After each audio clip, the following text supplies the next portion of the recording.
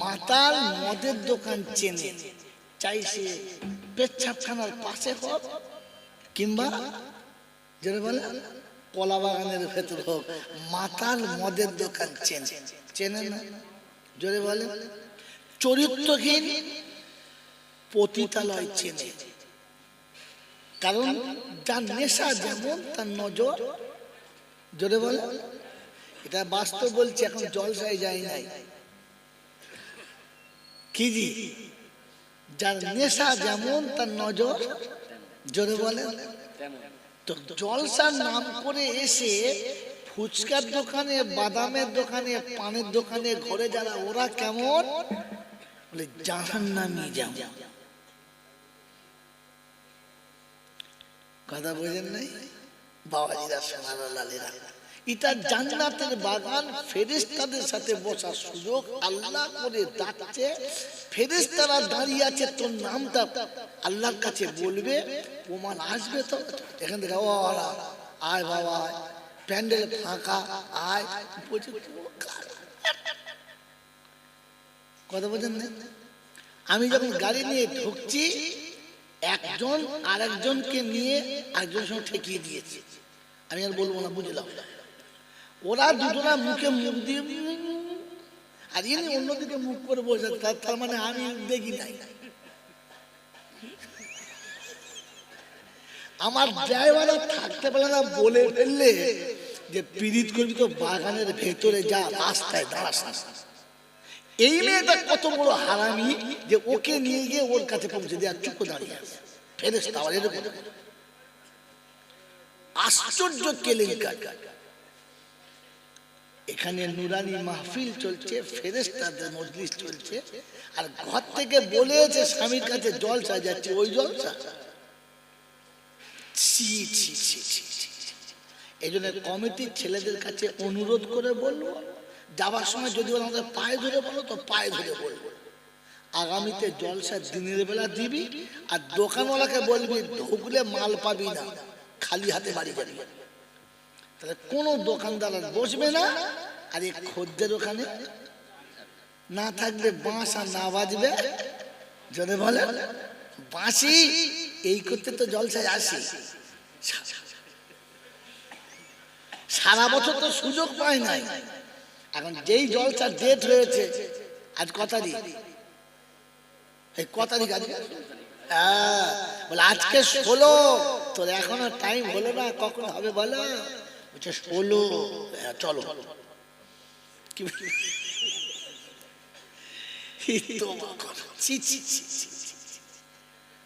জলসার দিনেও কানেকশন করছে, আসবে তো কটার সময়? এমন বলেছে মনে হচ্ছে না আজরাইলের, না জিবরাইলের খালাতো ভাই। আপনাকে বোঝা দরকার ছিল। সারা জীবন ওলামারা বলে আসছে, ভাই মা বোনের ইজ্জত রক্ষা। হ্যাঁ না বলে? বলেছে না বলে নাই? নারীর ইজ্জত রক্ষা করা ফরজ। নারীর ইজ্জত রক্ষা করা, জোরে বলে, ফরজ। জলসাতে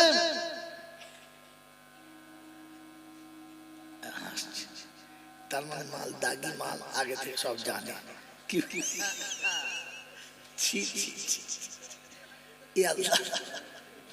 আমাকে ধরিয়ে দিই, আমি কি করবো? ফেঁসে গেছি। আল্লাহ আপনাকে আমাকে ভাবার তৌফিক দান করুক, বলুন আমিন। মেরে মোহতরম দোস্ত বুজুর্গ, এই জন্য শুনে নেন, যে যেমন তার বন্ধু সোজা হন, নিজে সোজা হন, জাতিকে সোজা হওয়ার সুযোগ দেন। ভাবেন বসে বসে। আলহামদুলিল্লাহ। কেন বললাম যে শয়তান হলো বুদ্ধিমান আর আদম ভাগ্যবান? দুজনে ছিল জান্নাতে স্থান। শব্দ মনে রাখবেন। ও হায় ধায় করে খালি বাপ ঠিক মেরে চিল্লাতে পারবো না, যেটা বলবো একই আওয়াজে বলবো। আদম ও জান্নাতে ছিল, শয়তান কোথায় ছিল? জান্নাতে ছিল। আদম পিছনে ছিল আর শয়তান আগে ছিল। শয়তান মুআল্লিমুল মালায়েকা ছিল, ফেরেশতাদের ইমাম ছিল। কাদের ইমাম? ফেরেশতাদের ইমাম ছিল। কিন্তু দুর্ভাগ্য বুদ্ধি খাটাতে গিয়ে সুজা জাহান্নামে চলে গেল। কিসের কারণে? বুদ্ধি খাটাতে গিয়ে।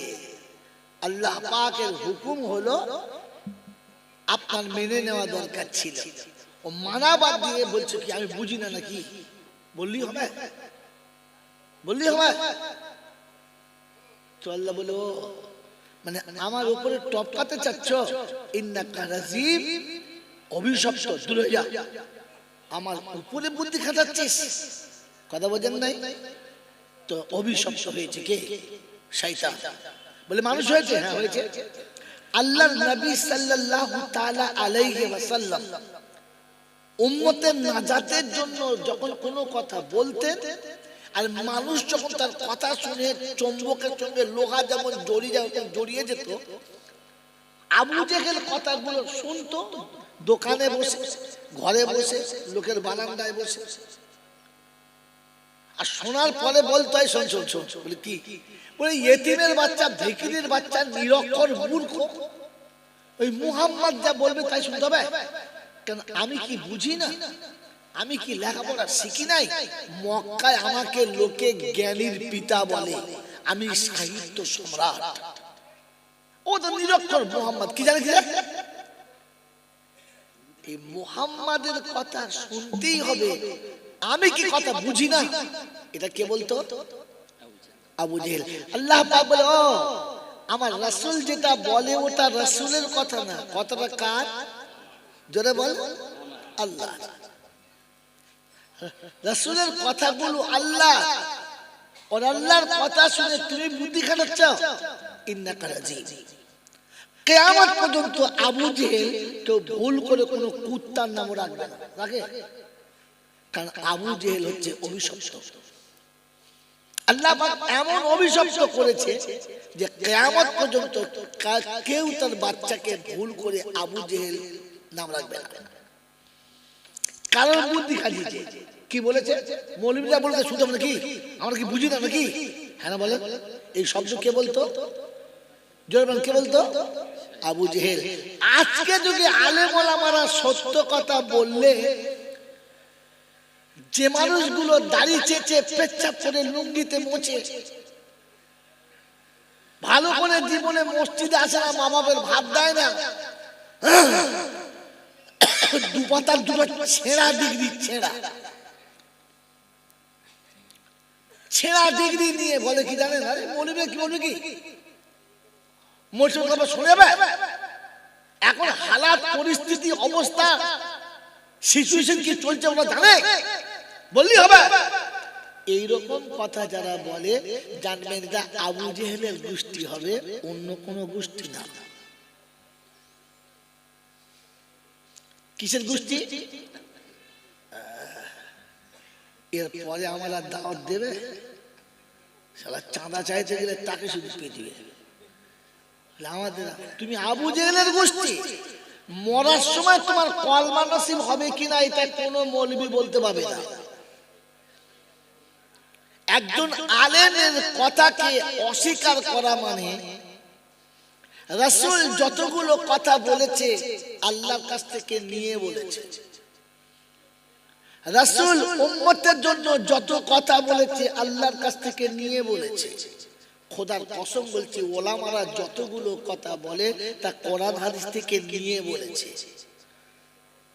রাসূলের তো আল্লাহর কথা ছিল, ওলামাদের তো আল্লাহর কথা ছিল।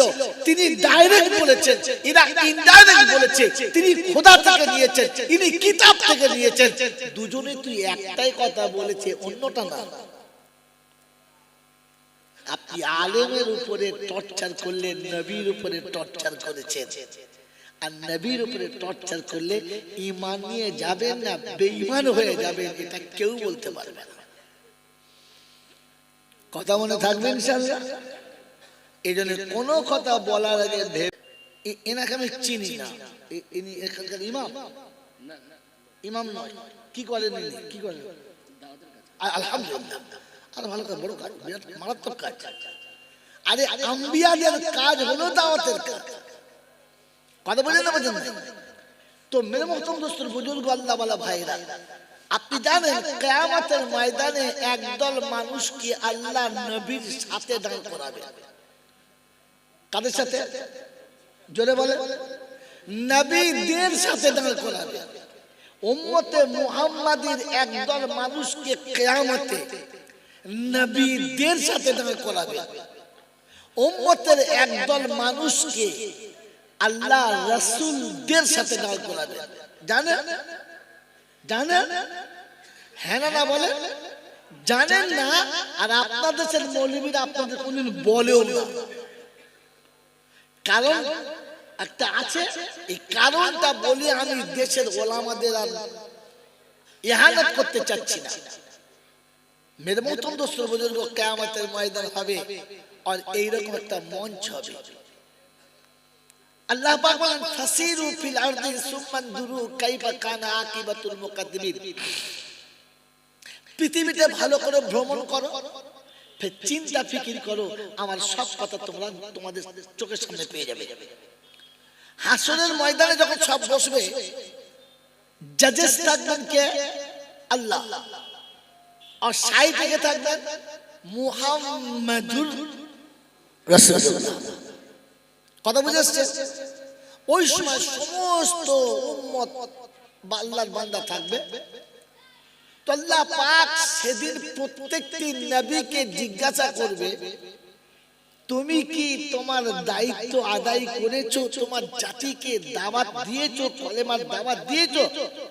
উম্মত বলবে আল্লাহু আ'লাম, আল্লাহ ভালো জানে, জীবনে যতটুকু সময় পেয়েছি দাওয়াতের কাজ করেছি, উম্মতের কাছে কলেমা শুনিয়েছি।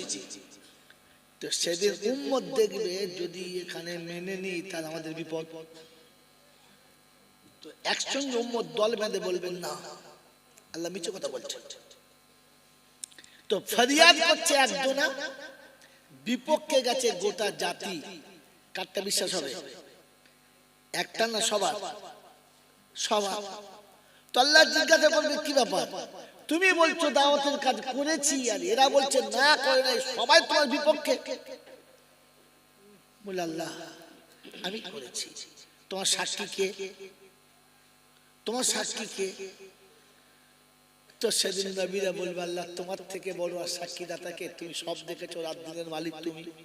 তো আল্লাহ বলে আজকে আমাকে সাক্ষী করলে হবে না, কারণ কোর্টের যে জজ হয় তার সাক্ষী কাবিলে কবুল নয়। একজন মিথ্যাবাদীর সাক্ষী কবুল হবে, একজন রমণের সাক্ষী কবুল হবে, একজন চোর ছাচরের সাক্ষী কবুল হবে, কিন্তু জজের সাক্ষী কাবিলে কবুল নয়। জজ যদি সাক্ষী দিতে চায় তাহলে ওই কোর্টটাকে তাকে অ্যাবসেন্ট করতে হবে, তারপরে জজের খাতা থেকে নাম কেটে নামাতে হবে, তারপরে গিয়ে আদালতে সাক্ষী দিতে হবে। আল্লাহ পাক বলেন সেদিন আমিও তোমার সাক্ষী দেবো না আর আমার সাক্ষী চলবে না। সেদিন আমি আল্লাহ পাক রব্বুল আলামিন জিজ্ঞাসা করব কেউ সাক্ষী আছে? তো বলবেন না, কাউকে পাচ্ছে না। আল্লাহ পাক বলে এবার দুনিয়াতে ঘুরে দেখো, কোন সময় যখন কুইজ হয় আর কুইজে প্রতিযোগীদের যখন প্রশ্ন করা হয় উত্তর দিতে পারছে না, তখন ডাইস থেকে বলে অডিয়েন্সে কেউ আছে এর সদুত্তর দিতে পারে? বলে না? বলে না? বলে। অডিয়েন্স থেকে কেউ যদি সত্যিকারের উত্তর দিতে পারে তো প্রাইজ প্রতিযোগী পাবে না অডিয়েন্স পাবে? যে বলেছে সে পাবে। হ্যাঁ না বলে? সে পাবে। বাস এরপরে দেখে ডাকে চলে আসে।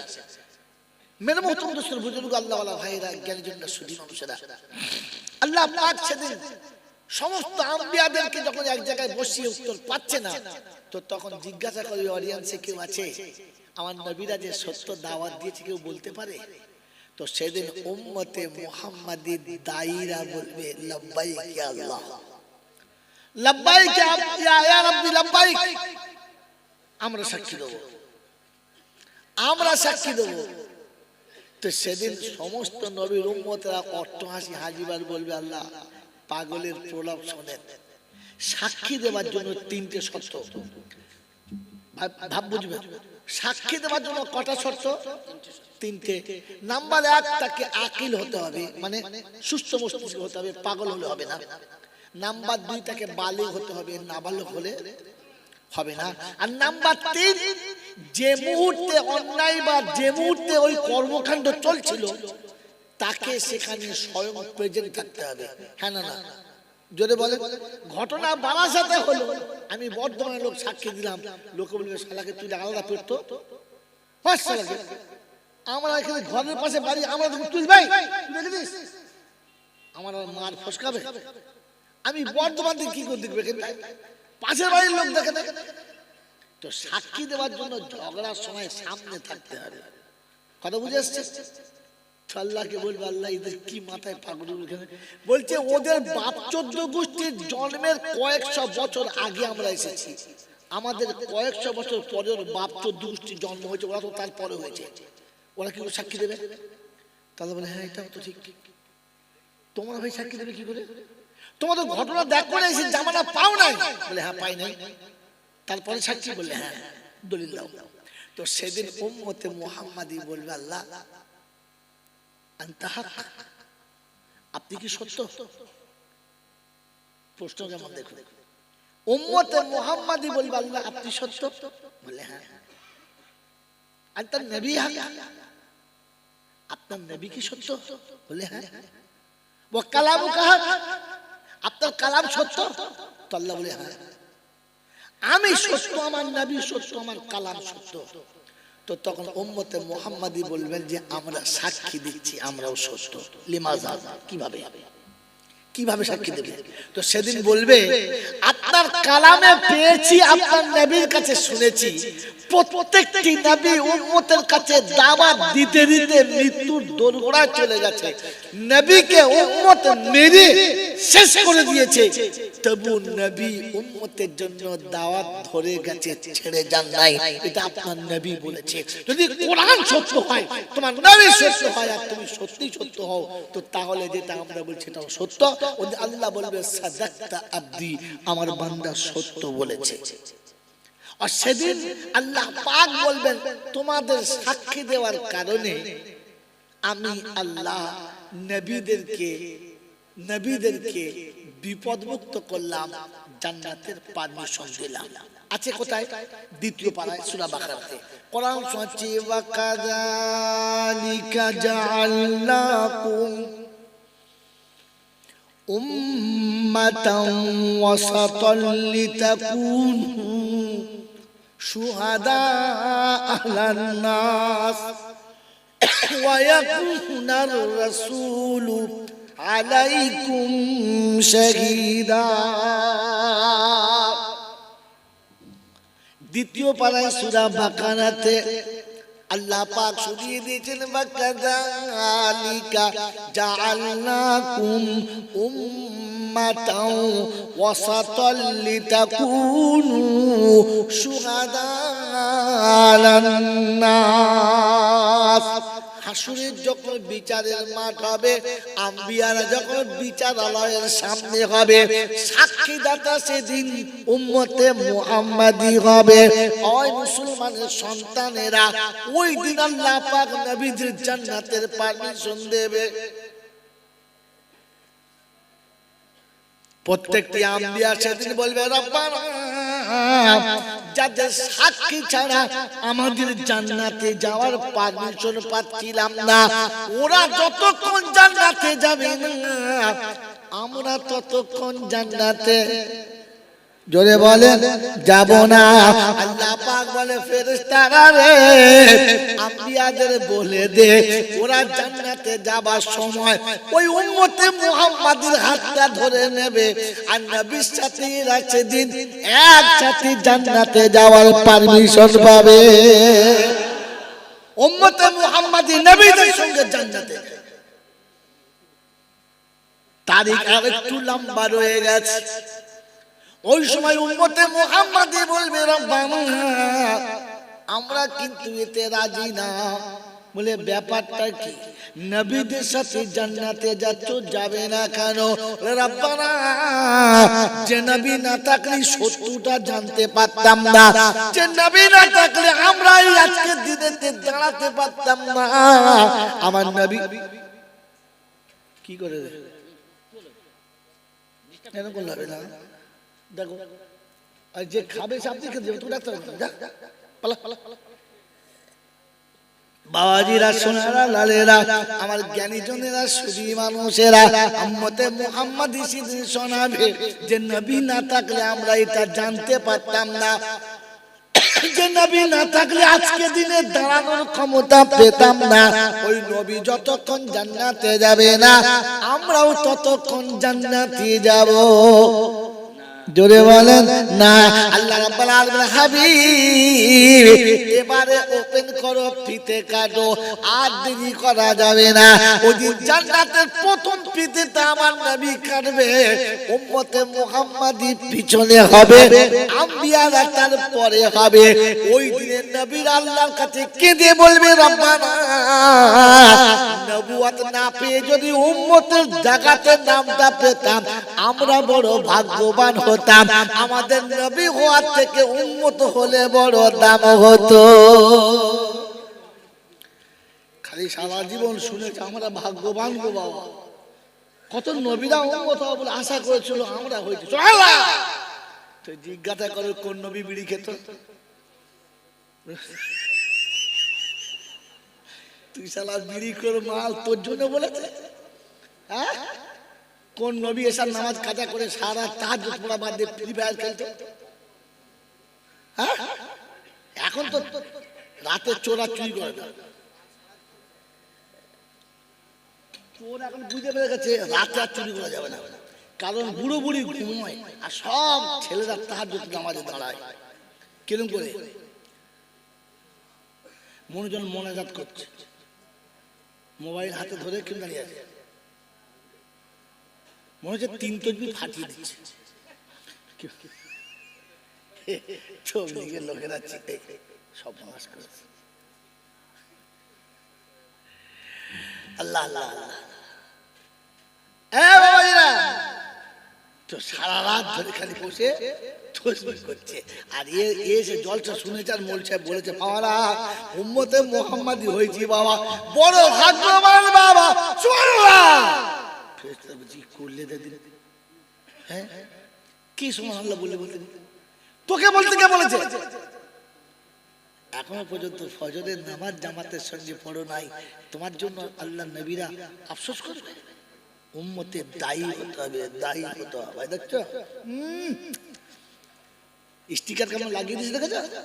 এখন তো ছেলে মেয়েরা খোদার স্টিকার লাগায় না, নিজের স্টিকার। কোথাকার কাপড় কোথায় তুলে যে ঠুকছে, এটা কাপড় তুলছে কি করে, ওরা ঠুকছে কি করে? আল্লাহ দেখেছো, মাল বুঝতে পারে দাগি মাল সব। কি বলেন জি? তোবা তোবা। কোরআন শোনাচ্ছি, সিবগাতাল্লাহ ওয়া মান আহসানু মিনাল্লাহি সিবগা ওয়া নাহনু লাহু আবিদুন। আপনাদের বলে দিলাম, প্রথম পারায় সূরা বাকারার লাস্ট পৃষ্ঠার প্রথম লাইনে দেখুন, আল্লাহ শোনাচ্ছে, আমি তোকে রঙে রঙিন করেছি, আমি যে কালারটা দিয়েছি এই কালারটা তোর পছন্দ না, ওতে আবার পালিশ করতে শুরু করেছে, ভুরু কেটে চাষতে শুরু করেছে। আর মুসলমানের ছেলে শুনে রাখা দে, যত পালিশ করবি, যত ভুরু কাটবি, বয়স যখন বুড়ো হবে, বাঁদরের পাচার মতো মুখ হবে, তোকে দেখে মনে হবে সারা হনুমানের জন্মে হয়েছে। মানুষের এখন বুড়ো বুড়ো মেয়েদের মুখের দিকে তাকালে মনে হচ্ছে শ্বশুর বাড়িতে গেল আগুনের পোড়া চেপে ধরলে কি বল পুরো কালো। ও তা কি করবো, আল্লাহ এত সুন্দর কালার দিয়েছে, ওই কালারের উপরে পালিশ মারছো, মারো। খোদা বলছে আমারটা পছন্দ না, একদিন আমি আল্লাহ এমন বানাবো তোর কোলের স্বামী তোকে পছন্দ করবে না, সেদিন তোকে রেখে আবার একটা চয়েস করবে, তুই বলবি রম্বরা স্বামী আমার হবে না, আমার কালার তোর পছন্দ না, কালার মার। আমি যে কালার দিয়েছিলাম সেটা তোর পছন্দ না, তো তোর মতো বউকে তো স্বামীর পছন্দ না, এখন কাঁদলে আমি শুনবো? কোনোদিন শুনবো না। কাঁদ, নিজের পায়ে নিজে কুড়ুল মেরেছ, আর ডাক্তারের কাছে গিয়ে বলছো কুড়ুলের ধার খুব সেল, বুঝলি? তা কুড়ুলের ধার থাকবে না তো কুড়ুলের কি থাকবে? ভাত থাকবে, সেজন্য মেরে মুহতরম দোস্তর বুজুর্গ আল্লাহ ওয়ালা ভাইরা, কিয়ামতের ময়দানে নবীদের সাথে উম্মতে মুহাম্মাদের একটা দল বিনা হিসাবে জান্নাতে যাবে, বলুন সুবহানাল্লাহ। ওই দলটার নাম হলো দায়ী, যারা কোরআনের দাওয়াত দিয়েছে, যারা ইসলামের দাওয়াত দিয়েছে। দ্বিতীয় হলো আলেম ওলামারা। আলেম ওলামারা, কারণ এই রওশন সাহেবকে মাওলানা বলে সবাই জানে, আর হুজুরদের সব মাওলানা বলে জানে, মসজিদের ইমামদের মাওলানা ইমাম বলে জানে। ইমামদের আলেমদের কি আল্লাহ একটা সম্মানের নাম দিয়েছে, সে নামটা কি বলেন তো? আল্লাহ একটা সম্মানের নাম দিয়েছে, কি নাম জানেন না? জানেন? জোরে বলেন না, কারণ আপনার আমার তো কথা শোনা হয় নাই, আমরা বক্তারা বলি নাই, আপনি জানবেন কি করে? আল্লাহ পাক শোনাচ্ছে হাসরের ময়দান একদিন হবে, বিচার একদিন হবে। কি হ্যাঁ না? হাসর হবে না হবে না? বিচার হবে না হবে না? হবে। ওই দিন জাহান্নামীরা যখন জাহান্নামে যাবে, জান্নাতীরা যখন জান্নাতে যাবে, তখন জাহান্নামীদেরকে ডেকে জিজ্ঞাসা করা হবে। শব্দ কি ব্যবহার করছে? ওয়াসিকাল্লাযীনা কাফারু ইলা জাহান্নামা যুমারা হাত্তা ইযা জাউহা ফুতিহাত আবওয়াবুহা